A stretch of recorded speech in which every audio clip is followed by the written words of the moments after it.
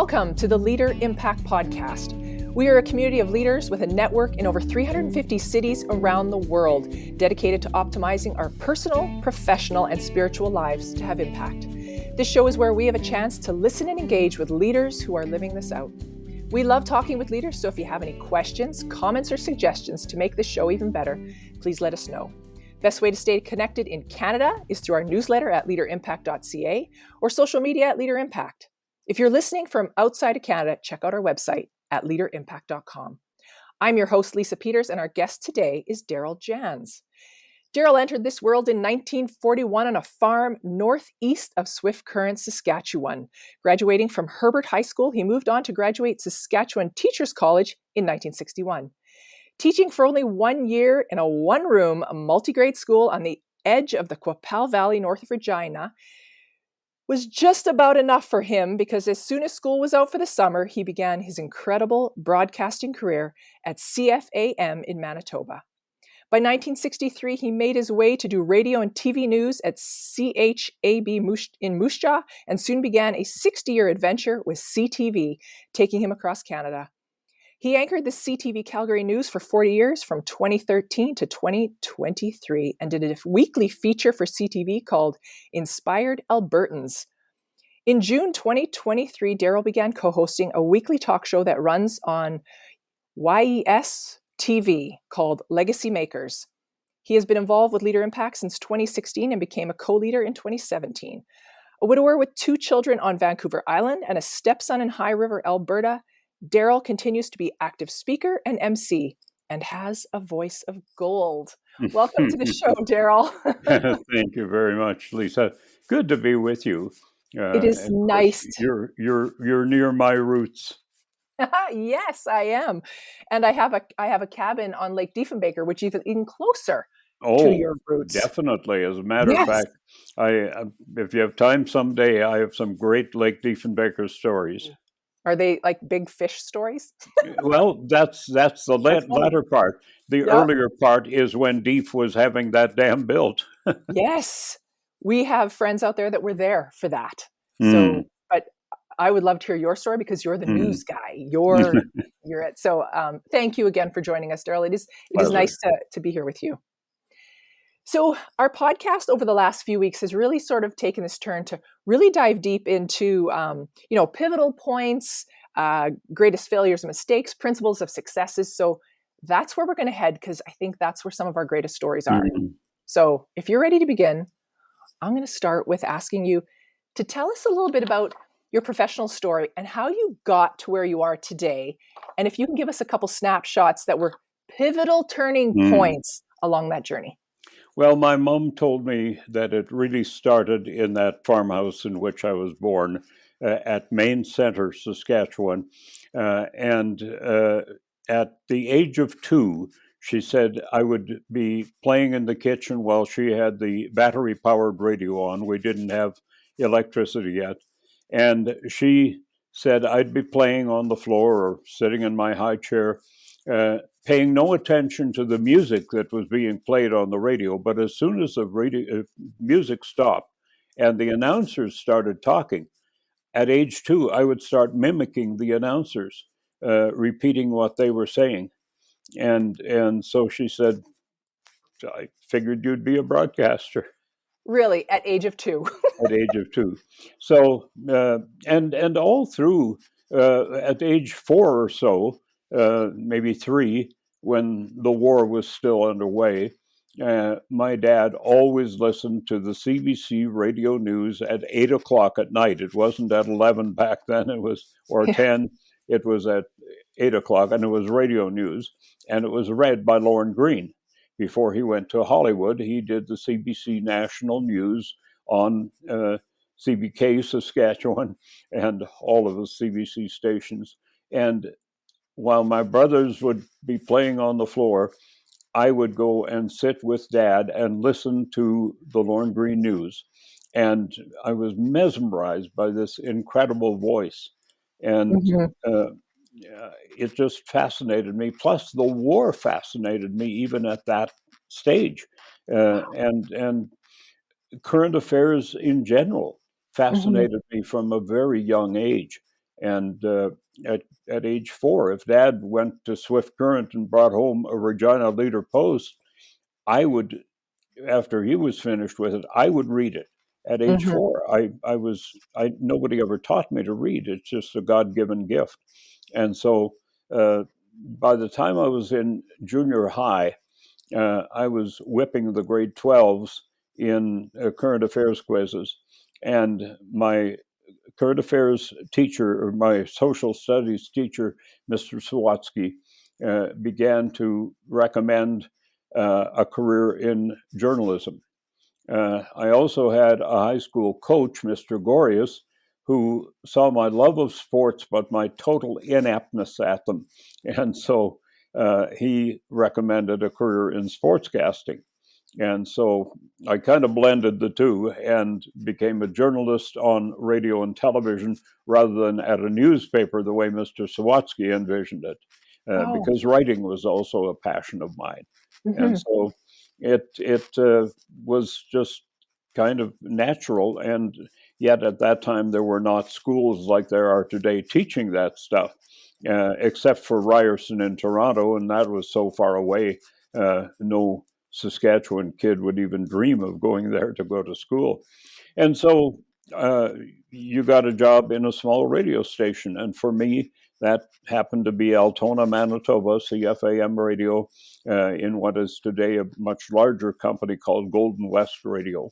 And in 1962, on July 1st, Dominion Day, 1962, I began my career by covering the Dominion Day picnic in Dominion City, a little place with a big name south of Winnipeg, right near the North Dakota border. First place in Canada to flood whenever the Red River overflows its banks. And so that was my beginning.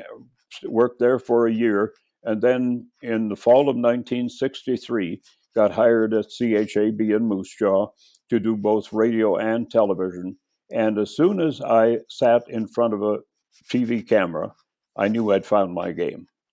Wow. And so that lasted so far for 60 years and counting, because I'm still working and happy to be doing it. Yeah. I love your story when I listened to those teachers that encouraged you, you know, people that say, you should do this. And I mean, you never became a sports broadcaster. Mm-hmm. But, I don't think you did. Did you? Did I miss that? Oh, I did sportscasts. When I worked, my journey was Altona, Moose Jaw. Well, I really have to be fair. There's 3 months at CJGX Radio in Yorkton, Saskatchewan, spinning country music.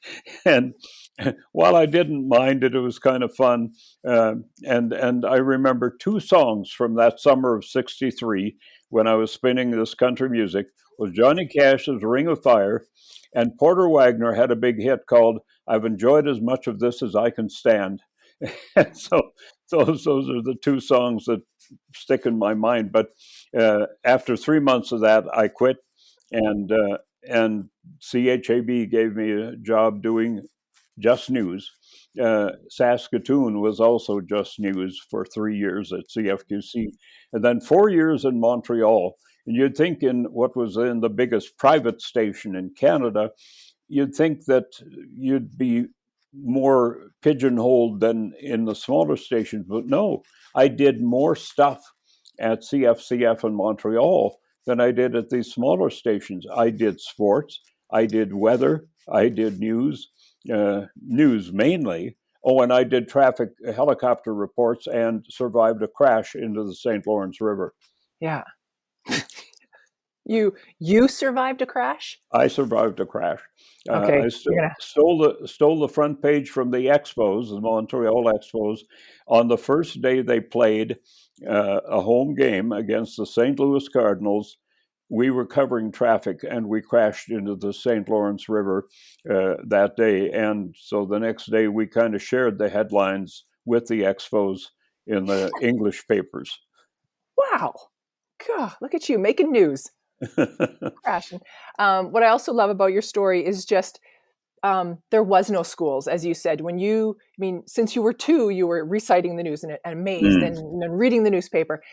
their Ryerson was it, right? And that was a Yeah. long ways from Swift Current. Oh, yeah, no kidding. And just to get in, start doing those things and getting involved and like almost doing it yourself, and having teachers who were like, you can do this, and it's inspiring you. I've spoken at many a teachers' convention, and I tell them this story, and I say, you have no idea how much influence you have on an impressionable young person, to hear from one of you, from a teacher, hey, you're good at this. Why don't you make that your career? And I owe both Mr. Sawatsky and Mr. Gorius a lot for the success of my career. Yeah. Oh, that's awesome. And good shout out to those two people. And thank you for sharing. So our next question is just about your best, if you can give us your best principle of success and tell us a story that illustrates this. The best I can offer is do whatever they ask you to do within reason. As long as it's legal and moral, do it if they ask you to do it. And I had many examples of that. I was asked to cover things that I would not have wanted to cover, but there was nothing wrong, nothing illegal or immoral about it. And so I did it, and it added to my resume. It added to my reputation as someone who'll do what you ask them to do. But I also refused to do a few things because they were not, in my mind, moral. Legal, perhaps yes. Moral, no. And I'll give you the best example I have. Somewhere in the 1980s, long before the principal F word was used as frequently as it is today, one of our court reporter here at CTV Calgary came back from a case where that word had been used in testimony, and he felt it belonged in there. Our producer agreed with him and wanted to put it in. I wasn't going to be reading it, but he was going to be saying it in his report. And so finally it had to come down to an adjudication by our Director of News and Public Affairs. And thank God he came down on my side, because I was ready to put my job on the line for that. I did not feel it belonged in a supper hour newscast where kids were listening and so on. And today that word is far too commonly used. But back then, it wasn't, and I wasn't about to read the first newscast in which it was included. Yeah. I find, and what year was this? It would have been, like you said, 80s, I think? 83, 84, somewhere in there. I find that amazing because as you listen to, I don't hear I don't hear the F word a lot, I'll have to admit. But I hear offensive language. You live a sheltered life. Clearly, I do too much community television, I see. But when I do hear it, I turn it off, and I probably won't listen to that station again because it's common, right? It is their language. It is just, and I will turn it off. But to actually put your job on the line for, that's a big deal. And I get, if it's an F word, or if it's something the president's not doing, or some way you've been treated, morally it's wrong. Yes. It's a big deal. But, wherever possible, I said yes. Yeah. And like you said, it added to your resume. Those stories you may not have wanted to cover, but it was legal and it was moral. Yeah. I'll remember that when I'm doing stories, because sometimes I'm just, I don't know if I should cover this. But thank you for sharing those. Those are great stories. So I'm not sure where you sit with your failures and mistakes, but I think we all know we learn from those. We learn more from our failures and mistakes than our own successes. And I was wondering if you could share one of your greatest failures or mistakes and what you have learned. Well, my greatest failure, my greatest mistake was putting career ahead of family. And it ended in a divorce and long estrangement from two wonderful kids. But God has brought about a reconciliation in recent years. Their mother passed away of cancer in 2013, and we have had just in the last few years an incredible reconciliation that only God could have brought about. And we have a wonderful relationship now. They're two wonderful people living on the beautiful west coast of Vancouver Island, far from Saskatoon, where they were born, Montreal, where they kind of started life, and then Calgary, where they grew up and lived here until after their mother's passing, and then moved out there. And both are being very successful out there. Yeah. And so to conclude my answer to your question, biggest mistake, and from which I hopefully learned, was putting career ahead of family. So in the time that it happened, so go back how many years when you were putting your career, what were your thoughts? Where you're like, I need to do this. This is the only way I'm going to get ahead. I'm not going to get noticed if I don't work this hard. Because I'm a woman who is working how many hours a day so I can get ahead. And I always tried to sort of, when my kids got home from, like that time, I committed. But I can understand that. We want to get ahead. So maybe we need some advice. Well, for a kid who grew up in a large family, and I didn't have the athletic skills of my two brothers, one older, one younger. There was a lot I didn't have. The two things I was good at were writing and talking. And so when I finally got a job that gave me recognition, as a kid, I felt, well, the one time I would feel recognized is when they put me up on the stage as an elementary school student to recite poems or something along that line, or in high school when they'd put me in a drama, in a play, where I must admit I kind of stole the show, and so it was so good for the ego, and so that is what began to drive me, and so even after I married, sadly, that took priority over, and men especially, women today more so than in years past, have a tendency to do that and to be identified by their career, by their job. And so I thought, if I don't put on all this time and all this effort, then I'll never go anywhere. And so once I got to Calgary, I never did go anywhere, but I did okay here. And so I just felt I needed to do that. But looking back now, I sometimes think if I had put more effort into my family and less into my career, I might have done even better at my career, because there would have been that satisfaction of being a good husband and a good dad. Yeah. You're not the first one to ever say that on our podcast. I've heard similar stories of one, I think it was Bruce, and he talked about that. And he's good in his marriage, but there was a point where he realized, like, things need to change, and I need to go home and turn off. We are too connected. As I hold up my phone, right? Like, this is by my bed. I need to let go. It's too easy. It's very important. I'm trying. I have mine. Mine is my alarm clock. Yes. But I try to ignore it during the night.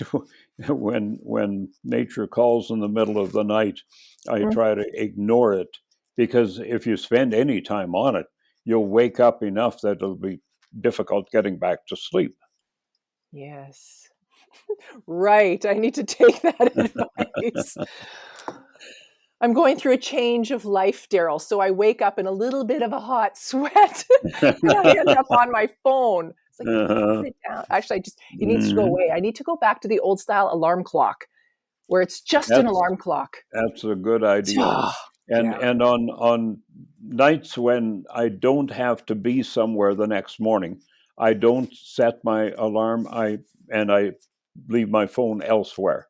Yeah. Uh, and every once in a while, I've wakened in the morning and reached for it, and it wasn't there, and I thought, good, because they do occupy far too much of our time. Yes. We have to know what everybody else is doing as I Oh, flip we through do. social media. Yeah, Oh, yeah. yeah. Oh, it's just I needed this lesson today. Thank you. So, I mean, you've been involved in Leader Impact for many years and you became a co-leader in 2017. So, you know that our goal is we want to grow professionally, personally, and spiritually for increasing impact. So, would you be willing to share an example of how the spiritual makes a practical difference in your life as a leader? Spiritual is who I am. It wasn't always the case. I went to the far country like the prodigal son for a time, Mm, and uh, God has a wonderful way of answering mothers' prayers, and he dragged me back, and I won't say kicking and screaming. I didn't kick and scream, but he worked at me for a long time, and I had to wind up pretty low before I finally said, okay, I got to go home to the Father's house and get this thing straightened out. And then my spiritual life became the core of who I am. And it made such a difference in so many ways. People at work saw the difference. I'll give you one kind of funny example. Back when in the 80s, when political correctness was just becoming a big issue, and today it's gone to ridiculous extremes. But back then, we were sitting in the cafeteria at CTV Calgary one day and talking about this whole political correctness issue. And I said, well, you know, there's really only two groups of people you can make fun of these days publicly and get away with it. One is white males, and the other is born again Christians. And one of our sports guys, who was quite a-religious and almost anti-religious, looks at me with a smirk and says, gets you both ways, doesn't it? And I thought, okay, I'm glad they noticed. Not that I'm a white male, that's obvious, but yeah. that I'm a believer, and they knew it. I wasn't preachy about it, but I also wasn't silent about it. Yeah. And I said to one coworker one time who claimed to be an atheist, uh, I said, "Boy, I wish I had your faith." And he did kind of a double take. He said, "What do you mean? I have no faith." I said, "Oh, yes, you do."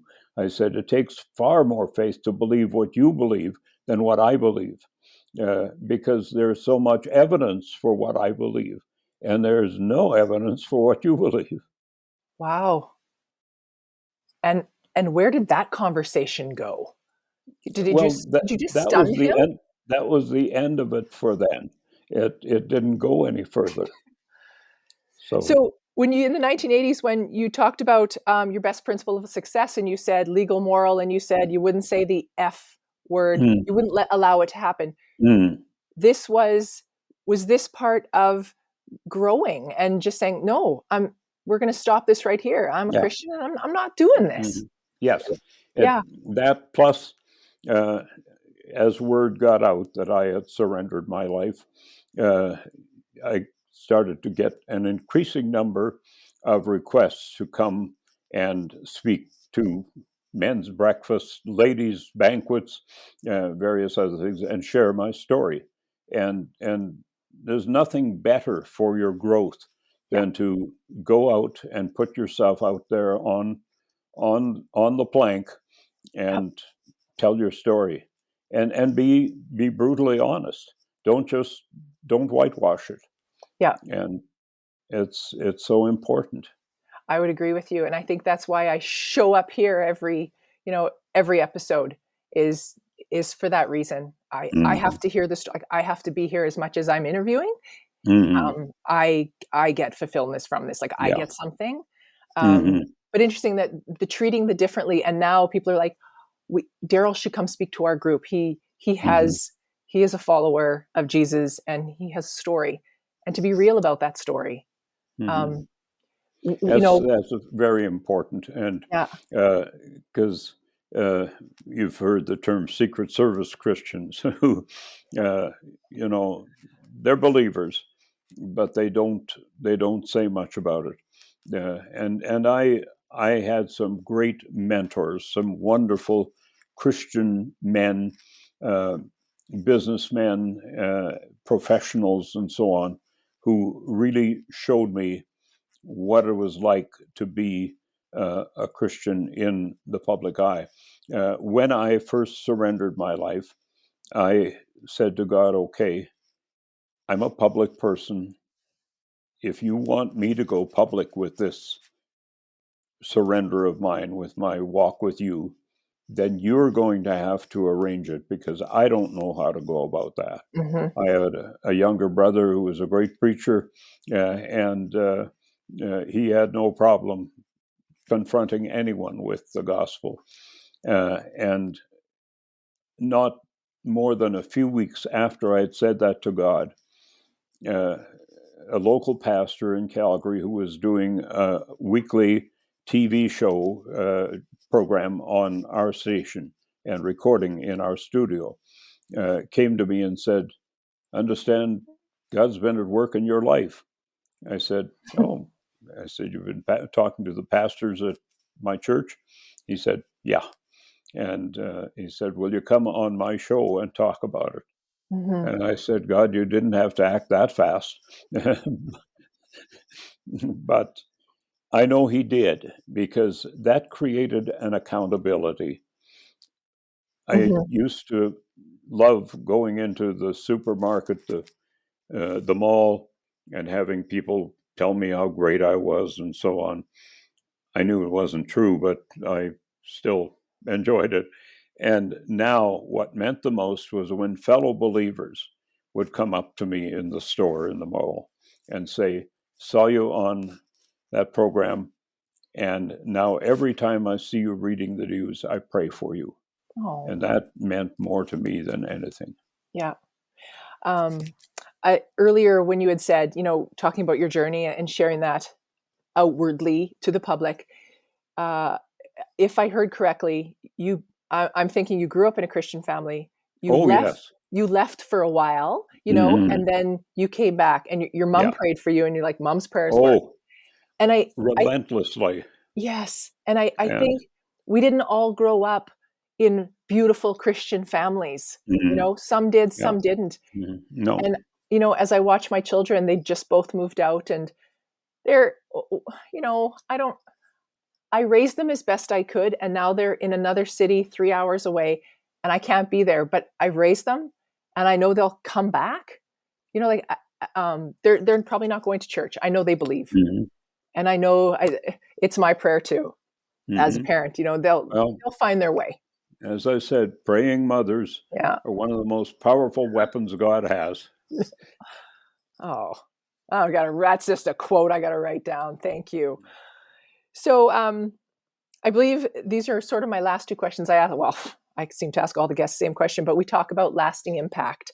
Of course, LeaderImpact is dedicated to leaders having a lasting impact. So as you continue to move through your own journey of life, have you considered what you want your faith legacy to be when you leave this world?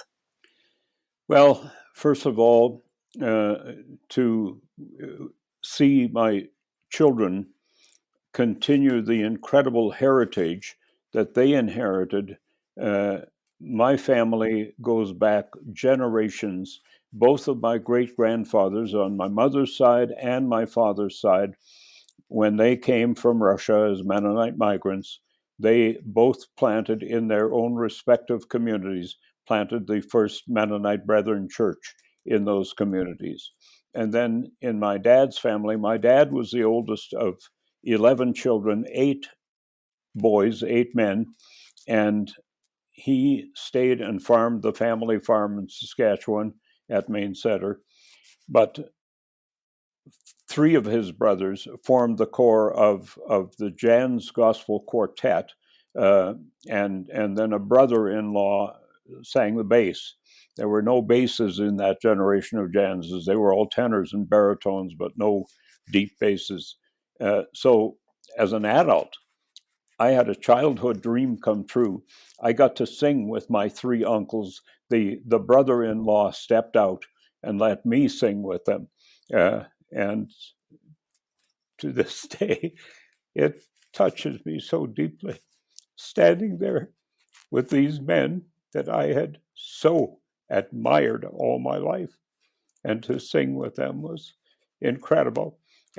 So I want my legacy to live on through my children, who are both followers of Christ, and also people that I want to get to heaven and see people that are there, at least in some part, because of me. And some I know about some, but some I probably don't know about. And so when I get there, I want to see people like that. But the first thing I want to hear is, "Well done, good and faithful servant." Mm-hmm. Well done. When you talk about, I'm married into a Mennonite family, the Peters, Right. and my first, well, one of many family reunions, and the singing, it brings you to tears. Well, when you walk past the nursery in a Mennonite church, you hear the babies crying in 4-part harmony. You do, I bet. Oh, yeah. That's why I always say is the 4-part harmony. It's how do you know this? And even, I mean, to this day, they'll, funerals happen and everyone goes and they are all in the choir. And it is, it's a beautiful thing. Thank you for sharing that. So Darrel, to continue on, my last question is just, what brings you the greatest joy? The greatest joy is when I see a prayer for a soul answered. I've had that happen quite a number of times, where fellow workers have come to me, to my desk, and said, "I accepted Christ on the weekend," and I jump up and give them a hug and say, "I've been praying for that," and they said, "I thought you probably had." And that just gives me that, and seeing my children after all this time, that is probably my greatest joy of all, and the fact that they have such a good relationship with God.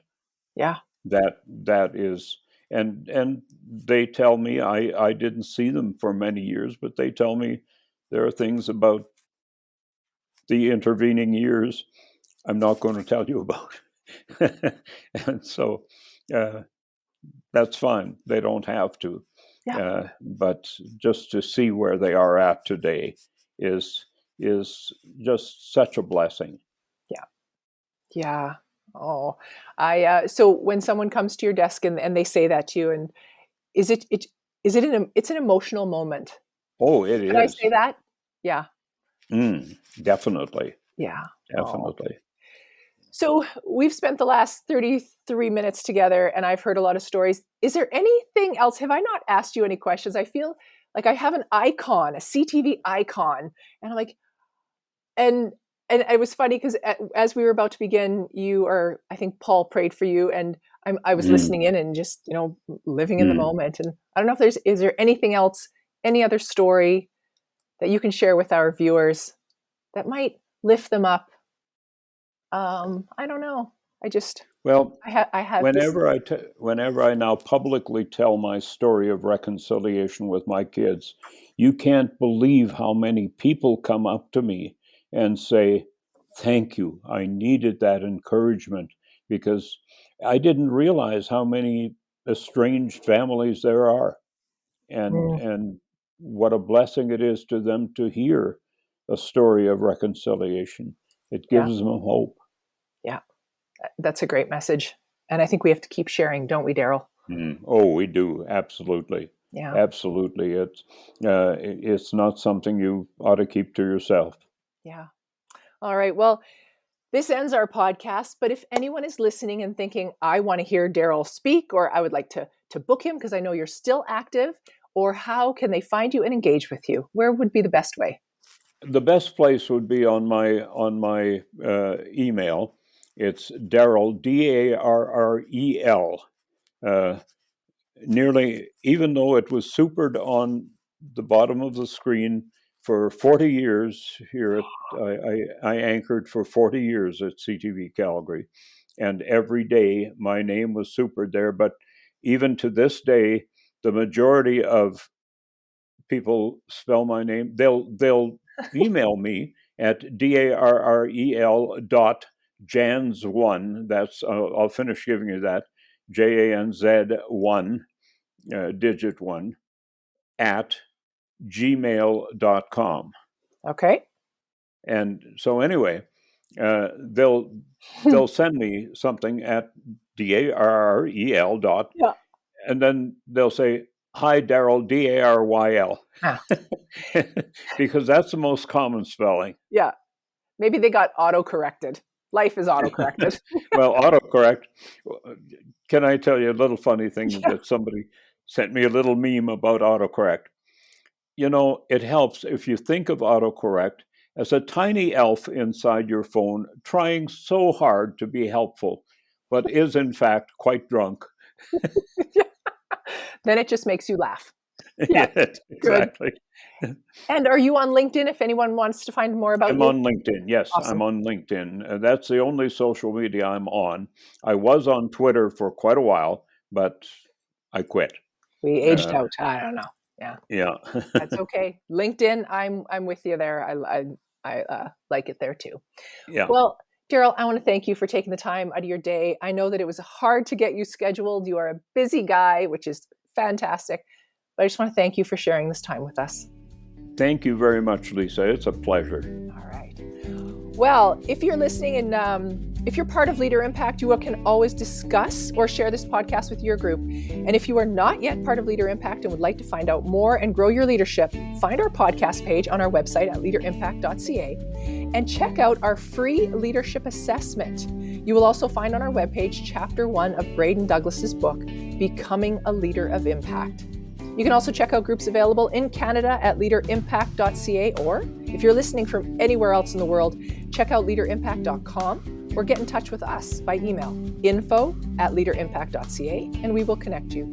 And if you like this podcast, please leave us a comment, give us a rating or review. This will help other global leaders find our podcast. Thank you for engaging with us, and remember, impact starts with you.